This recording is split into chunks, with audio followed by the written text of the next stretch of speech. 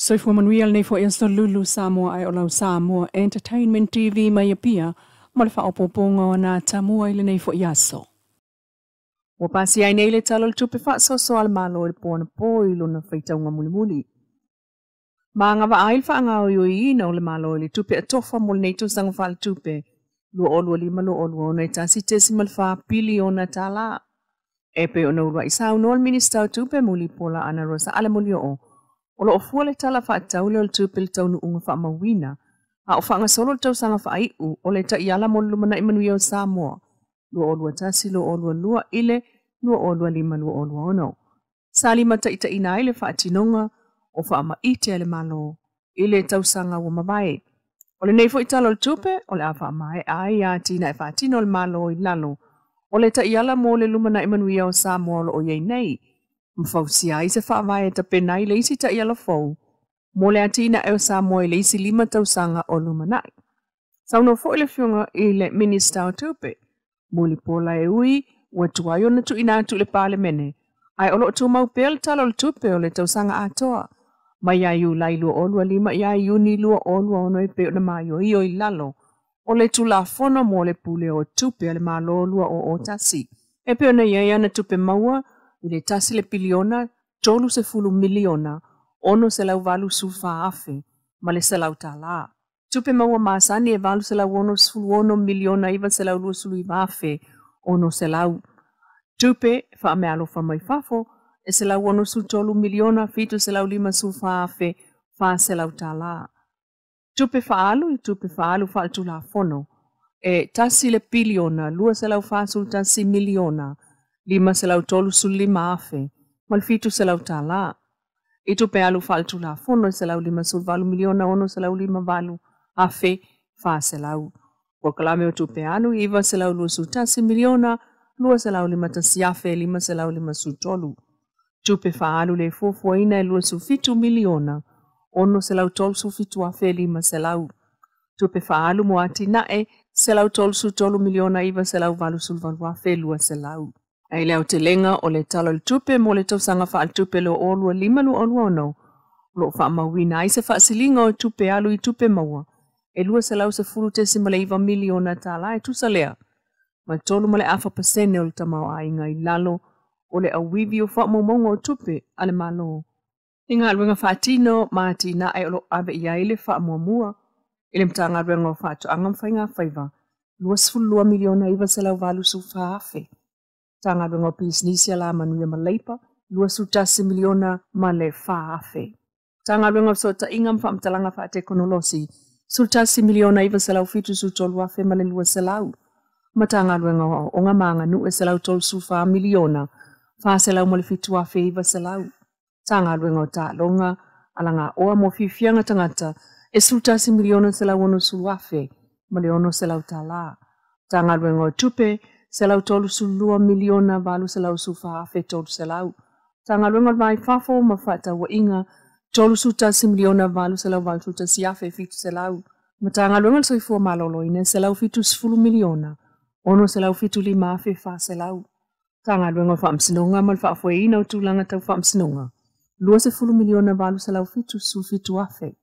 Ma tanga runga puna oa wha nātura mal si o mangai tolu su fitu miliona. Lua se lau valu sul tolu afe lua se lau. Matanga lungo ele mfo ngā whanua sul tolu miliona lima se lau malei vafe wha se lau. Matanga lungo leo whale pui pui mai tue fuata ina e ono sul tolu miliona. Ono se lau tolu sul lima afe valu se lau. Tanga lungo pāle mia mal kāpenete sul tasi miliona. Tolu se lau fitu sul i vafe mal fitu se lau. Matanga lungo tiute e iwa miliona valu se lau sul fitu afe lua se lau. Tanga lungo tupe maua e iwa miliona se lau tolu sulu ono afe wha se lau. O tanga luengo tinam tamai tai a tina e nuu fiu angamanga pso tai. Se lau mole fitu miliona se lau ono su fitu afe valu se lau. Tanga luengo ngā luengo flau inga matina SS lima sul valu miliona lua se lau lua sulu afe lima se lau. Ma tanga luengo mo wha lapo putonga le malo e lua miliona iwa se lau lima sulu afe wha se lau. Official lawyer Silie lima miliona valu se lau wha sulu afe tolu se lau. Official pulem so etu sile wha miliona tolu se lau wha i wafe, iwa se lau. Visa komsino wha ngā palota e tolu miliona iwa se lau malfitu afe. Official fellow tu telefono au fai tu la fono e iwa miliona se lau fitu tasiafe tolu se lau. Komsino sulfa inga e miliona valu se lau fitu suluafe 5 se lau. Komisio tangata whengaru ngale malo e suluono miliona iwa se lau luono afe fa se lau. Official fai numero fa mawina ono miliona fitu se lau iwa 5 afe 5 se lau. Komisi toi fuata ina tu la fono e miliona 5 se lau male fitu afe 5 se lau. Sili, po la fai tawina nei tu la fono tau whaofi o fa tawina o tupe lua fe luas fuma 5, lua fe luas fuma leono ilona fai tau nga whatolu. E au finangalo iai sa ono male ioe, au ese lele ai, ua manu malo le ioe. Stu la fono whatanga ina il whatawina o nisi o whai ngā tupe, mai whapatunga tupe, mtanga ngā tupe, ma le tau ngā tupe le tau sima vaenga le malo, malona whao ngai na whapatoe ngā luenga whatino, mga luenga whatino laiti. E tui nā tu mtanga luenga mo ofisa, ngā luenga whatino e tui nā tu isi vaenga, ma ngā luenga o whaia vei msui le malo, mo le tau sang whaltupe whai wini la stol sifulu ioni lua filu sifulu ono, tau sang whaltupe lua filu sifulu 5, lua filu sifulu ono. O te whasile sila atu wa mai au na whanga solo le tu la fono tau whaofi o le whatu tau ino tupe, lua afe luas fulmale 5, lua afe luas fulmale ono le pale mene ua poto poto, ma ua whapea o na pasia le mauta.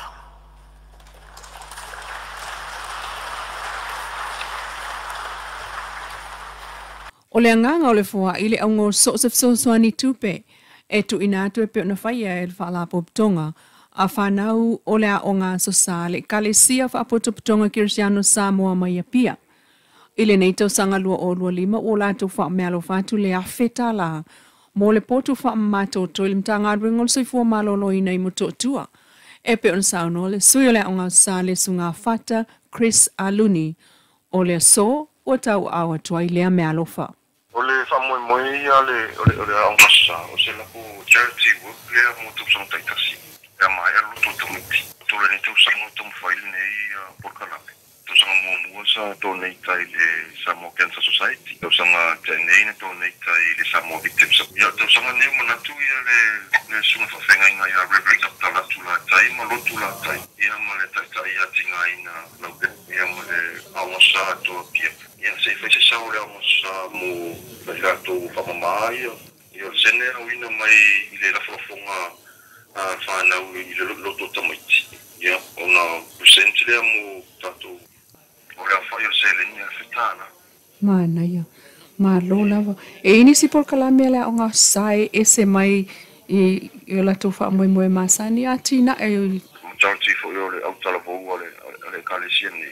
Ia, o ngā sa mo fu, ia, o le lato donation, annual donation ai mapifanga lele.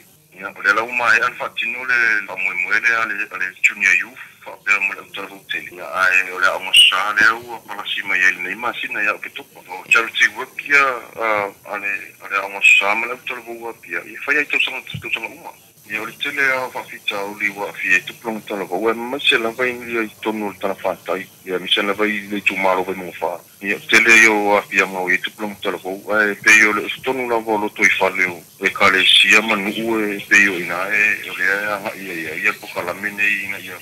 Tamu whai a puti ma ia tamu whai e ui lima o taitai o umai kalesia ia soifu o tuplong tala vua whai a i tonu. Le sunga whata Chris Aluni o le a o ngā sale whaka sawa pia. O se tautua le nā o le nei fo i tula mai lau Samoa Entertainment TV o ana tamua i le nei tula. Swa poponga le te mila wale nei le aso a tai au ai wha soifua ia.